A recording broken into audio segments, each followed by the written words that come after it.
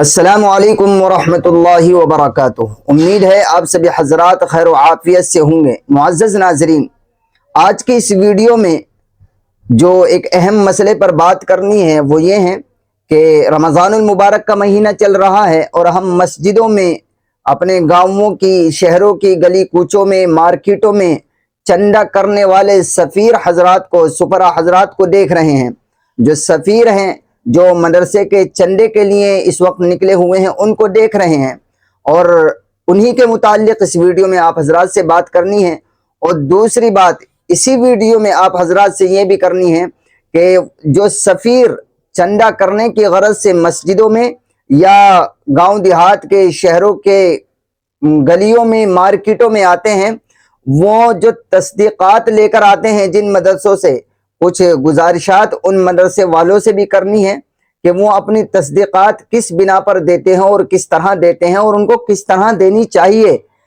کیا ان کو یہ خوف نہیں ہے کہ ان کو اللہ کے سامنے جواب دینا ہوگا اپنی تصدیقات کا؟ ناظرین، پہلی بات تو ہماری یہ ہے کہ دیکھیے، جو سپرا مدرسے سے مسجدوں میں یا کہیں بھی اعلان کرنے کے لیے آتے ہیں چندے کی غرض سے،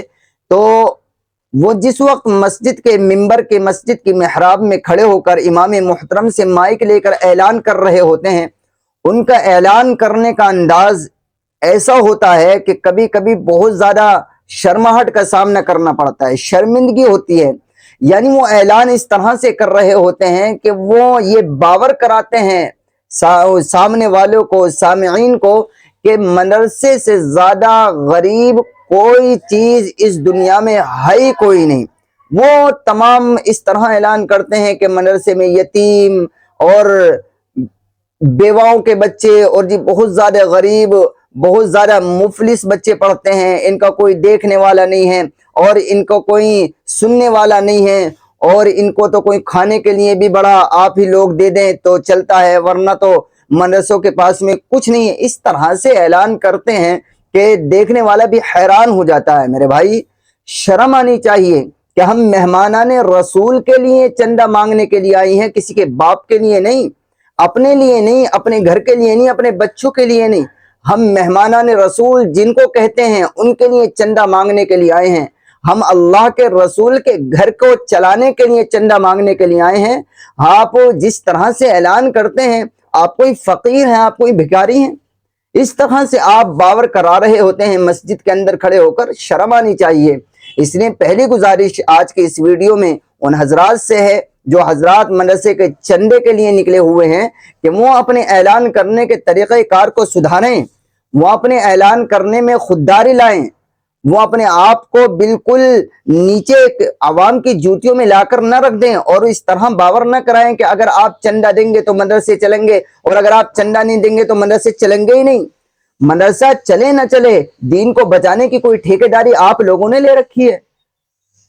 اللہ کو، اپنے دین کو گھر گھر پہنچانا ہے، وہ پہنچا کر رہے گا، آپ چندہ کریں یا نہ کریں، آپ اعلان میں سدھار لائیں یا نہ لائیں۔ اس لیے خدا کے واسطے ایک عالم ہونے کی حیثیت سے آپ کو اپنے اعلانوں میں سدھار کرنا چاہیے، بلکہ مدارس کے محتممین حضرات جو ہوتے ہیں ان کو اپنے تمام سفراء کو، اپنے تمام سفیروں کو جو ہے اعلان لکھ کر دینا چاہیے کہ آپ کو صرف یہی اعلان کرنا ہے، اس کے علاوہ اس اعلان میں کوئی بڑھوتری، کوئی کمی نہیں کرنی ہے۔ اس طرح جو ہے، یا پھر مسجد کی کمیٹیوں کو اعلان لکھ کر تیار کرنا چاہیے اور بورڈوں پر لگا دینا چاہیے کہ ہمارے یہاں جو بھی سفیر آئے گا وہ اس اعلان کا پابند ہوگا، صرف یہی جملے بولے گا، اس کے علاوہ کوئی اور جملے سفیر ہماری مسجد کی محراب سے نہیں بولے گا، تب تو ٹھیک ہے۔ اس لیے میری گزارش ہے، میں کوئی کسی کی مخالفت میں نہیں کھڑا ہوا ہوں، بہت اچھا ہے آپ اللہ اور اس کے رسول کے جو تعلیم کو حاصل کر رہے ہیں، قرآن و حدیث کی جو تعلیم حاصل کر رہے ہیں، ان کے معاون بن کر نکلے ہیں،